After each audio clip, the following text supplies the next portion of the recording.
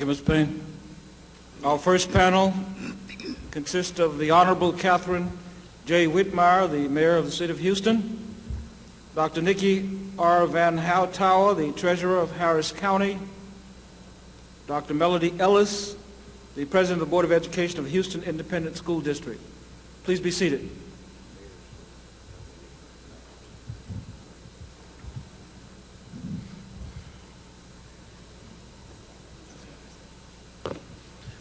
Your Honor, we understand that you have a time problem, so we will take your testimony and maybe ask you a few questions and allow you to leave at that point. I did try to come over to shake your hand because I wanted to shake the hands of one of the legendary mayors of America, but your constituency had called you out, and just as I arrived to shake your hand, you had to go away. But I do want to acknowledge the fact that we're quite pleased that you've taken time out to come to this hearing, and you may proceed. Thank you very much, Mr. Chairman. I want to give you a very warm welcome to our city on behalf of the people of Houston, and certainly also to welcome Mr. Payne and Mr. Bartlett, who is a very good friend of ours from a neighboring city to the north. We are all very pleased that you have chosen to hold this hearing in our community, and I'm especially proud that the deliberations on the Americans with Disabilities Act of 1989 are taking place in the city of Houston in a city facility whose primary purpose is to serve the disabled community of Houston.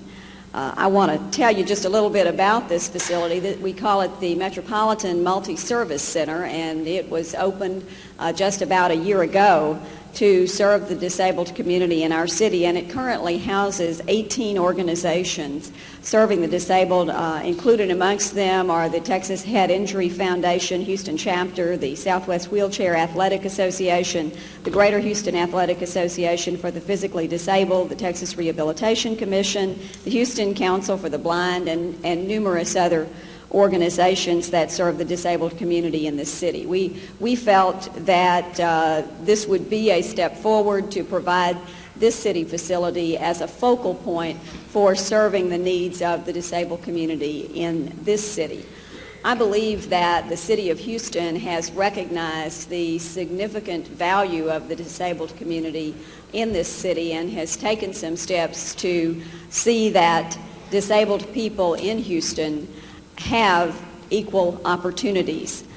Within city government, when we passed the Affirmative Action Program for Equal Employment and Equal Opportunity, we included, of course, the disabled community in the provisions of that ordinance, and we feel that that Affirmative Action Program has served to benefit the city of Houston because it has encouraged our various city departments and organizations to employ some very capable disabled individuals within our community. As a result of that ordinance, we have provided special telephone receivers for hearing impaired employees and special equipment for visually impaired employees, and have in some cases made schedule changes to meet the needs of disabled employees. We believe that not only are we taking some steps to provide employment opportunities, but even more importantly, we're availing ourselves of some very hard-working employees who have served the community very well, and we're proud of that fact. We have given some attention to the needs for independent living, the needs for a barrier-free environment, which I must say has not been an easy assignment. However, in 1986, our City Council did vote to amend our building codes so that newly constructed buildings in this city would be accessible to the disabled. We feel that much work is obviously left to be done in this regard, but I believe that this community is committed to the creation of a barrier-free environment for our disabled community. We think that this is going to be one of the more difficult parts of achieving our commitment to the disabled community. I should mention also the important role that our police department and fire department have played in this city in trying to provide better services to the disabled community, specifically programs developed within our police department to better serve the hearing impaired community, the telephone systems that have been installed in our dispatching units to also serve the hearing impaired community, we believe have improved the emergency services provided to those citizens, and the 2 teletype machines installed at our fire alarm building to assist the hearing impaired have furthered that cause as well. A little bit later, you'll be hearing from Bob Lanier, the chairman of the Metropolitan Transit Authority, about the significant steps that Metro is taking to deal with the very important transportation needs of the disabled community. I would sum up our belief that we need to provide opportunities for the disabled community in this city, and we hope that the legislation that we're sure you will adopt this year will have as its focus the need for opportunity and the recognition of the tremendous value to society that is provided by the disabled community. In spite of the work that our city has done and that a number of other cities have done, I know you're familiar with the Census Bureau report showing that full-time employment amongst the disabled community is declining. And we are extremely concerned about that fact and look forward to the steps that you are going to take to recommend to us and to other cities across the nation further efforts that we might make to see that more members of the disabled community do have the opportunity for full-time gainful employment, because I think that that is the bottom line when it comes to having a high-quality life in a barrier-free environment, is that opportunity for employment. Again, I appreciate your coming to Houston to hold hearings on this very important legislation. As you can see, there is tremendous interest in this community and the work that you have undertaken, and we thank you for your commitment and welcome you to our city. Thank you, Your Honor. And I wondered if you could just take one brief question from each one of us. Sure, You have the time. certainly. I would like to thank your very positive statement. Thank you for your very positive statement on behalf of yourself, but I wonder, can you as a leader among the mayors of America make any statement about their position as a group? We've heard rumblings that certain municipalities are very opposed to some of the things that we have in this bill, and we'd like a statement from you, if that's possible, concerning how the majority of your colleagues see this. Well, in my role as president of the United States Conference of Mayors, I can report to you that our conference has adopted resolutions in support of civil rights legislation that would provide for opportunities for the disabled. And I think that you will find that my colleagues across America are generally very sensitive to the needs for these opportunities to be provided and supportive of your steps to adopt legislation. Thank you very much. Mr. Bartlett? Thank you, Mr. Chairman. And as a fellow Texan and also as a Dallasite, I want to welcome a mayor that I consider to be at least one of the 2 best mayors in the state of Texas. Thank you. Mayor, I want to ask you one question and also plant at least one comment with you that I plan to ask Bob Lanier later. The question is, could you elaborate for me on the City of Houston's ordinance prohibiting discrimination against persons with disabilities? Does it only apply to city government, or do you also extend that to private to contractors with the city, or does it also extend to the private sector? The ordinance that we have adopted is a part of our city affirmative action ordinance, and it is aimed at municipal employment. It does not regulate the private sector. So it only provides for municipal employment. That's correct. And has it worked pretty well?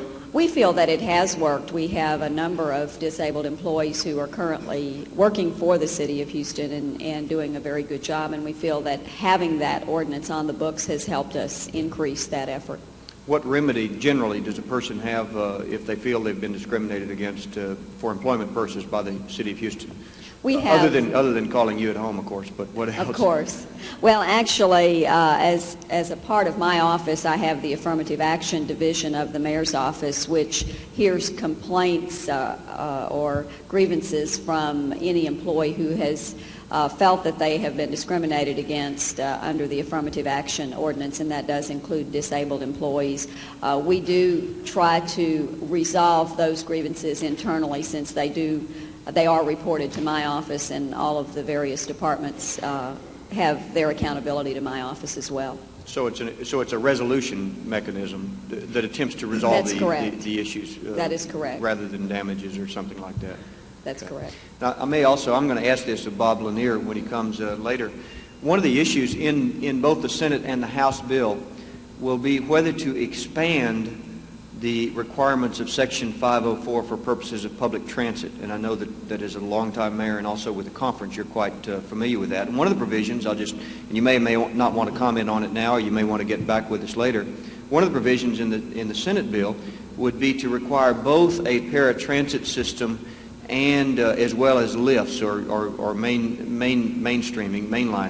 I don't know that that's necessarily bad, but it does change the terms of Section 504 as it is now, with some additional requirements. And I do want you to be aware of that, and you may want to have somebody on your staff take a look at it and decide whether you think that that's exactly the right way it ought to be, or some other mechanism. Mr. Lanier has given quite a bit of attention to these issues recently, and I think I'll defer to him to answer your question. He may be prepared to answer it today. Thank you, Mayor. Thank you. Mr. Payne? Yes, Ms. Mayor, just marveling at this beautiful facility, and recently coming from municipal government into the U.S. Congress, I know the strappings that municipal government generally has with the high bill for education and all of the other problems of crime and drugs and so forth. I'm curious to know, where did the funding, was it community development block grant, or where did the funding come for this facility, and is it managed by the municipal government, or does HUD have its little hand in there at all? Okay. Yes, you're very correct in talking about the financial limitations on city governments that we're all very aware of today. Now, Dr. Ellis is going to speak about the financial limitations on the educational system. Fortunately, those don't come from our city tax dollars, but the capital construction funds for this facility were provided by the federal government. All of you can take some pride in the fact that it was the Community Development Block Grant Program, which is a very good program that did allow us to make the decision to use those dollars for the construction funds for this building. It is operated, however, with our general fund property tax supported budget. Well, I'd certainly like to compliment you for using funds. In many instances, we find local elected officials tend to use the money where it will have a better impact on reducing city expenditures, therefore holding down the tax rate so that re-election becomes easier. But I would certainly like to compliment you for, whoever started this idea for diverting community development block monies, which could be used in any direction for such a fine facility. Thank you very much. Again, we welcome all of you to Houston, and thank you for choosing our city for this hearing. Thank you again.